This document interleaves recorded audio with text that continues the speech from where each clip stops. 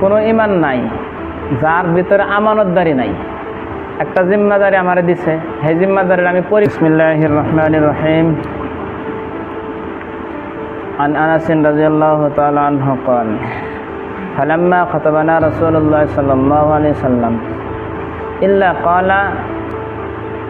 قال لا إيمان لمن لا أمانة له।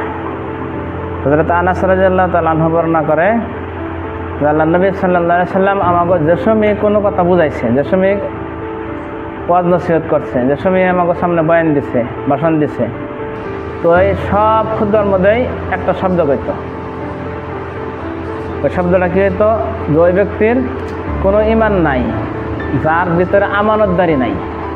একটা জিম্মাদারি আমারে দিছে, সেই জিম্মাদারি আমি পরিপূর্ণভাবে করলাম না। একজনে আমার কাছে একটা বস্তু দিচ্ছে, পরিপূর্ণভাবে হেফাজত করে থাকলাম না।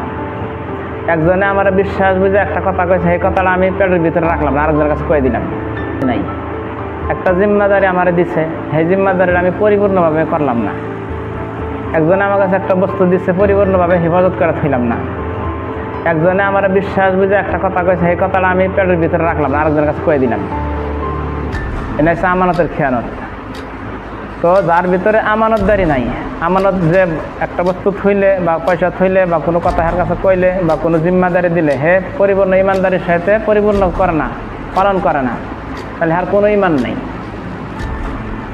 তো আরেকটা কইতো ওয়ালা দিনা লিমাল্লা আহদালা। আর ওই ব্যক্তির ভিতরে কোনো দিন নাই, যার ভিতরে কি নাই?